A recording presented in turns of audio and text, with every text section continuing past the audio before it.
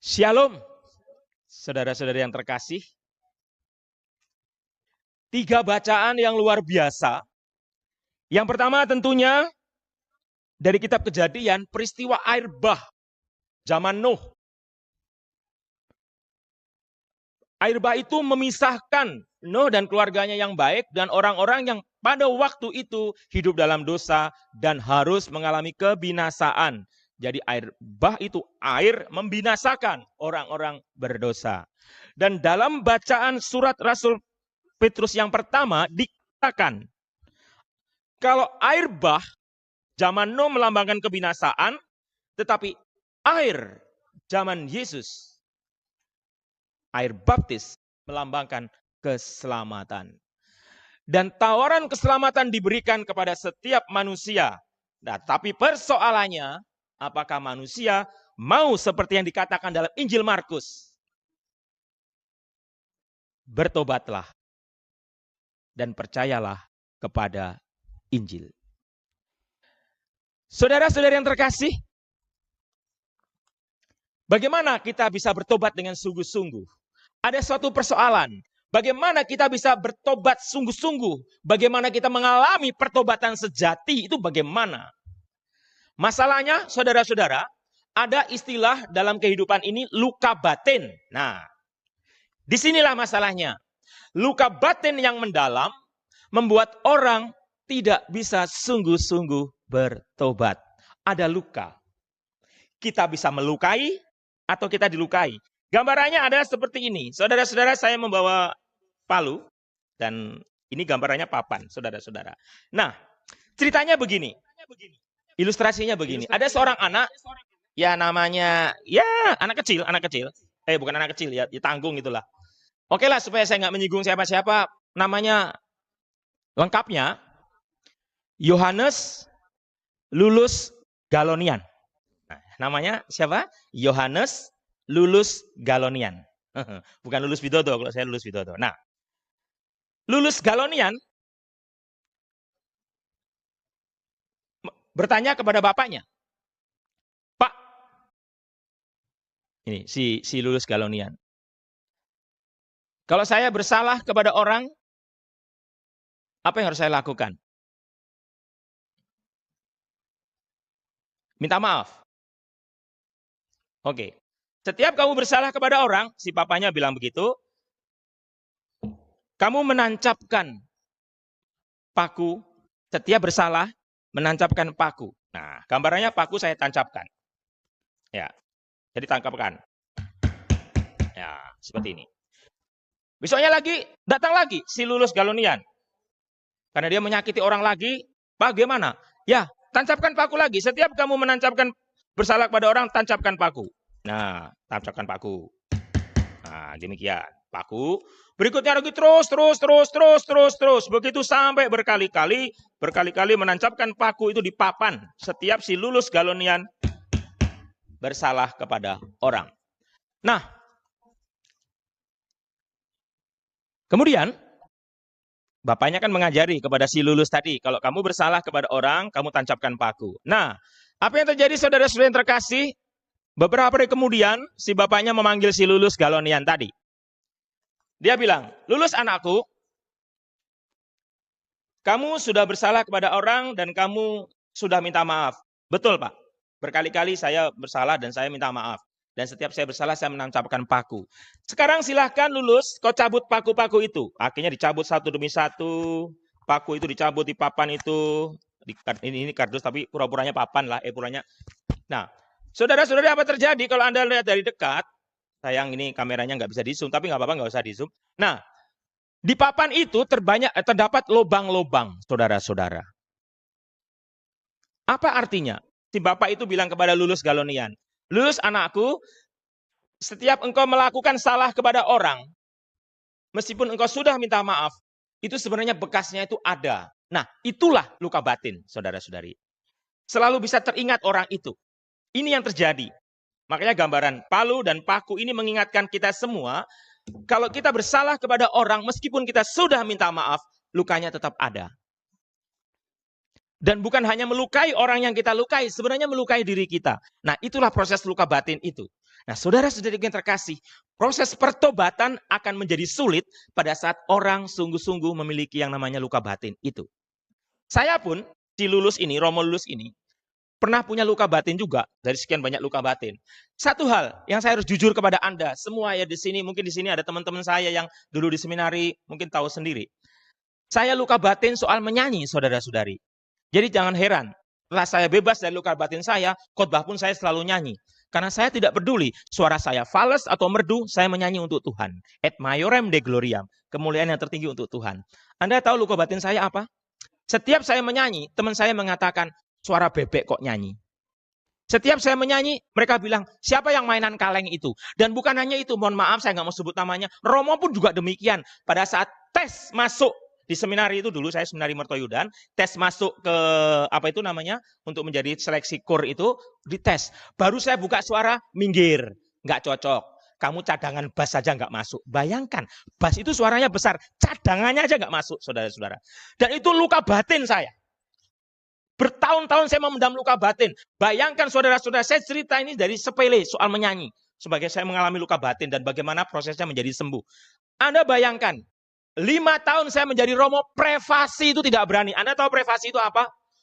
Tuhan bersamamu, marilah mengarahkan hati. Sekarang saya berani nyanyi, apalagi Esultet. Esultet yang mau Paskah, nanti malam Paskah. Bersoraklah para malaikat di surga. Sekarang saya berani nyanyi. Dulu kacau, saudara-saudara. Saya pernah, dulu kalau Anda ingat bacaan kitab suci kan, setelah Romo membaca kitab suci selalu mengatakan, berbahagialah orang yang mendengarkan sabda Tuhan dan tekun melaksanakannya. Nah, pada saat saya menyanyi lagu itu, udah jadi Romo ini. Waktu nyanyi, saya ingat bahwa suara saya jelek, saya ingat suara-suara yang mengatakan, Lulus suaramu kayak kodok, Lulus suaramu kayak bebek. Langsung berhenti di depan umat, ya sudahlah, demikianlah sabda Tuhan, saudara-saudara. Itu di depan umat, ini umat di Kapuas yang mengenal saya, umat di wilayah Kapuas, pasti tahu itu. 5 tahun saya menderita dengan suara kacau, saudara-saudari yang terkasih. Saya minder terus ingat-ingat luka batin. Bayangkan saudara-saudara, jadi saya bisa mengerti sungguh arti luka batin itu. Itu soal nyanyi, banyak lagi luka-luka batin yang lain, saudara-saudari. Saya pun mengalaminya, saya percaya juga Anda mengalaminya dengan bentuknya. Mungkin suami melukai istri, istri melukai suami, atau anak melukai orang tua melukai anak, teman melukai teman, dan seterusnya. Roma melukai seminarisnya, seminaris melukai romonya. Begitu seterusnya, itu terjadi saudara-saudari. Itu yang membuat luka batin, dan saya mengalaminya. Dan pertanyaannya bagaimana kita menyembuhkan luka batin itu? 1, pertobatan, saudara-saudara. Kunci sembuh dari luka batin adalah bertobat. Bertobat bagaimana, Romo, kita yang disakiti? Bertobat, saudara-saudara yang terkasih. Bertobat, sebesar apapun dosa kita akan diampuni. Demikian juga orang yang menyakiti kita. Nah, di sini kata kuncinya. Ada ketulusan keikhlasan. Bahwa orang itu diselamatkan. Kalau zaman Nuh, air bah membinasakan. Tetapi zaman Yesus, pembaptisan, menyelamatkan. Pikiran saya, dulu saya sering menghakimi orang-orang yang menyakiti saya. Saya mudah iri, saya mudah jealous, saya mudah jengkel, dan lain sebagainya. Pada saat saya mengalami pertobatan yang sungguh-sungguh, saya ingat Matius bab 11 ayat 28. Kuncinya, saudara-saudara, pertama, datang kepada Tuhan. Undangan Tuhan, marilah kepadaku yang letih lesu dan berbeban berat. Undangan Tuhan, marilah kepadaku. Camkan baik-baik saudara-saudari, itu bukan sekedar kata-kata kosong. Tetapi benar-benar Tuhan memanggil Anda yang letih, lesu, dan berbeban berat. Bahasa milenial sekarang adalah yang galau, yang pedih, yang mengalami kepahitan. Datanglah kepada Tuhan. Saudara-saudari. Kuncinya cuma 1. Datanglah kepada Tuhan. Saya tidak merendahkan jabatan atau profesi psikolog, psikiater. Saya tidak merendahkan. Itu urusan profesionalisme Anda. Tetapi psikolog yang nomor 1 yang utama adalah Tuhan. Saudara-saudariku yang terkasih, itu terjadi pada saya. Saya datang kepada Tuhan. Artinya dalam doa saya, dalam kesungguhan saya, dalam air mata saya berdoa di hadapan Tuhan. Di depan sakramen Maha Kudus saya katakan, Tuhan, aku sakit. Aku diejek, aku dibully, aku dihina. Bertahun-tahun aku mengalami proses penghinaan itu. Dan apa yang terjadi saudara-saudariku yang terkasih? Pada saat saya berkata doa tobat, Allah yang Maha Rahim, aku menyesal atas segala dosa-dosaku. Sebab patut aku engkau hukum, terutama sebab aku telah menghina engkau. Dan pada saat saya berdoa tobat dan juga berkata, Tuhan kasihanilah kami. Kristus kasihanilah kami, Tuhan kasihanilah kami. Pada saat pertobatan itu, air mata saya mengalir. Dan pada saat itu saya menyadari, selama saya menyimpan kebencian kepada orang-orang yang menyakiti saya, selama saya menyimpan itu di file saya, terus-menerus ada beban berat dalam hidup saya. Kalau Anda mau terbebas dari masalah-masalah Anda harus melakukan pertobatan sejati. Ampuni orang-orang yang menyakiti Anda. Anda datang kepada Tuhan dan bawalah masalahmu itu kepada Tuhan. Tuhan, ini masalahku. Ini orang-orang yang menyakitiku. Ini orang yang membuliku. Ini orang-orang yang mengkhianatiku. Kuserahkan kepadamu Tuhan. Dan katakanlah dengan segala kerendahan hati, Tuhan, ampunilah mereka. Meskipun saya pada saat mengatakan itu, air mata saya mengalir. Saudara-saudara, seperti papan yang kena paku tadi, memang ada luka. Tetapi luka itu ditutup oleh darah Kristus, saudara-saudari. Marilah kepadaku yang letih lesu. Kunci pertama adalah datang kepada Tuhan. Dan kunci yang kedua adalah isi pikiranmu, hatimu, budimu dengan firman Tuhan. Biarlah firman Tuhan itu menjadi rema, menjadi sesuatu yang terus bergema dalam telinga Anda. Kunci yang kedua adalah firman Tuhan. Tidak bisa, saudara. Firman Tuhan itu harus tetap Anda pegang. Mazmur 147 ayat 3. Saudara-saudara, Ia menyembuhkan orang-orang yang patah hati dan membalut luka-luka mereka. Ia menyembuhkan orang-orang yang patah hati dan membalut luka-luka mereka. Ia menyembuhkan mereka yang patah hati. Firman Tuhan, saudara-saudara, menyembuhkan luka-luka Anda. Yang pertama, datang kepada Tuhan. Kedua, isi diri Anda dengan firman Tuhan untuk menyembuhkan luka-luka Anda. Ingat, bayangkan bahwa kitab suci ini adalah surat cinta dari Tuhan untuk Anda. Anda membaca surat cinta dengan penuh kasih dari Tuhan. Dan poin yang ketiga, untuk menyembuhkan luka batin Anda separah apapun, ampuni, saudara. Lukas 23 ayat 34 mengatakan, seperti Yesus berkata, ya Bapa, ampunilah mereka, sebab mereka tidak tahu apa yang mereka perbuat. Ampuni. 3 kunci untuk menyembuhkan luka batin. 3 kunci membuat Anda menjadi manusia baru. 3 kunci yang membuat Anda masuk dalam pertobatan sejati adalah datang kepada Tuhan.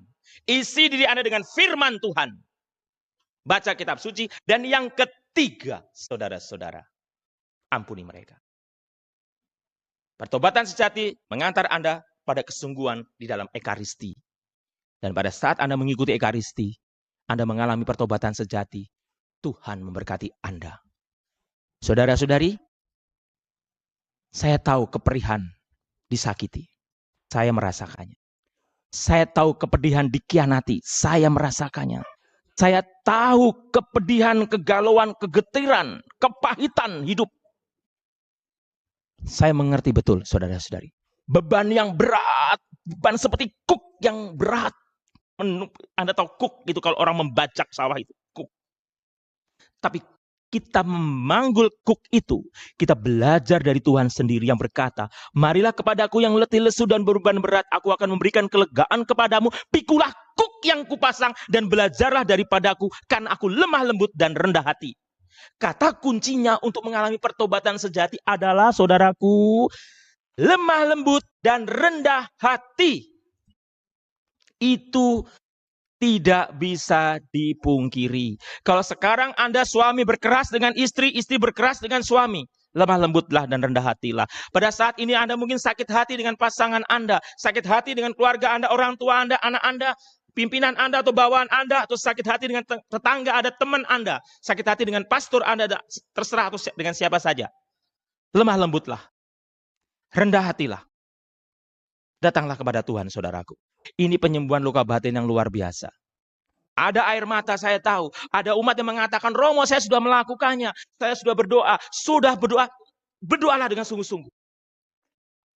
Sudah itu belum tentu sungguh-sungguh. Dengan sungguh-sungguh. Dan kalau Anda sudah sungguh-sungguh berdoa, datang kepada Tuhan. Sudah sungguh-sungguh berdoa, datang kepada Tuhan. Akan ada rahmat Tuhan bekerja dalam diri Anda. Saya mengalaminya, saudara-saudari. Dan pada saat itu, Anda akan mengalami pembebasan-pembebasan. Dan terbukti dengan saya. Dari hal kecil-kecil mulai saya mengalami kebebasan. Saya dulu berbicara tidak terlalu lincah, gagap dan lain sebagainya. Nyanyi takut dan lain sebagainya. Kurang pede dan lain sebagainya. Sekarang saya bebas. Ingat lagu yang pernah saya nyanyikan kan di misa? Bebas, lepas, ku tinggalkan semua beban di hatiku. Melayang ku melayang, melayang ku melayang. Bebas, saudara-saudari. Bukan bebas tidak karu-karuan, tapi bebas untuk menjadi diri kita demi kemuliaan Tuhan. Kalau Anda masih digenggam oleh luka batin, kebencian, dendam, dan lain sebagainya, Anda tidak bebas. Hello! Anda tidak bebas, saudara-saudariku. Anda harus menjadi manusia yang bebas. Ikhlaskan, saudara-saudariku. Singkirkan beban hidup masa lalu, kebencian dan kepahitan. Nah, buat apa merisaukan yang telah basi? Katakanlah demikian. Serahkanlah pada kasih ilahi. Serahkan pada kasih ilahi. Yang sudah basi, sudah lewat, saudara-saudara. Kita terus dikungkung dengan beban-beban masa lalu. Kayak beban berat gitu. Kita ingat masa lalu. Saya masih ingat waktu saya membimbing retret. Ada salah seorang suster, saya nggak mau sebut tarekatnya. Datang kepada saya, berkata begini. Romo, saya punya kepahitan. Saya punya luka batin. Saya punya beban hidup. Saya pernah disakiti pimpinan saya. Pimpinan suster saya. Terus? Saya tidak bisa melupakan, saya sakit hati. Terus saya tanya, sekarang pimpinannya itu di mana? Sudah meninggal. Lah ngapain udah meninggal diingat-ingat terus? Gitu loh. Kan sudah meninggal. Hello, sudah meninggal. Kenapa diingat-ingat terus? Saudara-saudari, kita ini sekarang berada di jam 8. 5 menit kemudian 8 lebih 10. 8 lebih 5 menit. Berarti yang jam 8 itu sudah lewat. Kenapa kita ingat-ingat? Masa lalu itu boleh menjadi pelajaran untuk kita. Masa lalu yang pahit boleh menjadi pelajaran untuk kita, tapi tidak boleh membebani kita. Kalau Anda disakiti orang, itu sudah lewat. Bagaimana dengan masa yang depan? Romo, saya takut nanti sini, suami saya pergi, nanti suami saya selingkuh, atau ini nanti, ini gini-gini dan lain sebagainya. Kenapa takut, saudara-saudari yang terkasih? Datang kepada Tuhan. Datang kepada Tuhan. Dan ini kata kuncinya, datang kepada Tuhan dan serahkan bebanmu itu kepada Tuhan. Ini penyembuhan luka batin, saudara-saudara. Lakukan itu. Saya tidak meninah-bobokkan Anda. Saya tidak berteori dengan Anda. Tapi saya mengalaminya sendiri. Saya jadi Romo belum lama. Baru 24 tahun, saudara-saudara. Tahun depan pesta perak. Hello. Saya mengalaminya. Pedih, pahit, perih, saudara-saudari. Dikira enak jadi Romo. Wah, berat, saudara-saudari. Saya mengalaminya. Difitnah, diperlakukan tidak adil, dan lain sebagainya. Tapi saya terus berjalan di dalam kasih Tuhan. Ini yang mau saya katakan kepada Anda. Saya pun sebagai Romo mengalaminya. Saya tahu Anda juga mengalaminya. Oleh karena itu kita sama-sama mengalami masa-masa sulit. Tetapi kita menerima sakramen baptis, kita menerima karya penyelamatan, dan kita seperti Injil Markus katakan, datang kepada Tuhan, bertobat, dan percaya kepada Injil, percaya kepada Tuhan. Datang kepada Tuhan, percaya kepada Injil, resapi diri Anda dengan firman Tuhan. Ketiga, katakanlah, ampuni. Yesus sendiri mengatakan, Tuhan ampunilah mereka, karena mereka tidak tahu apa yang mereka lakukan. Katakan itu, saudaraku, kepada orang-orang yang menyakiti Anda. Katakan itu. Saudara-saudariku yang terkasih, tetaplah semangat. Berjuanglah. Sembuhkanlah luka batinmu dengan datang kepada Tuhan. Hanya itu caranya. Seberat apapun, saudaraku, seberat apapun, saya mengerti, seberat apapun, nangis air mata, seberat apapun, datang kepada Tuhan dengan tulus. Dan ikhlaskan semua yang sudah lewat. Let it be, ikhlaskan. Kemudian isi dirimu dengan firman Tuhan. Jangan diisi dengan gosip-gosip murahan. Jangan diisi dengan pengaruh-pengaruh dari luar. Isi dengan firman Tuhan. Pada saat Anda sudah datang kepada Tuhan, jangan isi otak Anda dengan berita-berita buruk. Makanya saya nggak pernah memforward berita buruk. Isi Anda dengan firman Tuhan. Mulut Anda dengan puji-pujian kepada Tuhan. Dan yang ketiga, terus mengatakan, Tuhan, aku mengampuni orang-orang yang bersalah kepadaku. Karena aku pun diampuni. Ini yang mau saya katakan, saudara-saudara yang terkasih. Ampuni. Kata kunci, ampuni. Saudara-saudara yang terkasih, saya percaya Tuhan memberkati. Mari kita hening sejenak.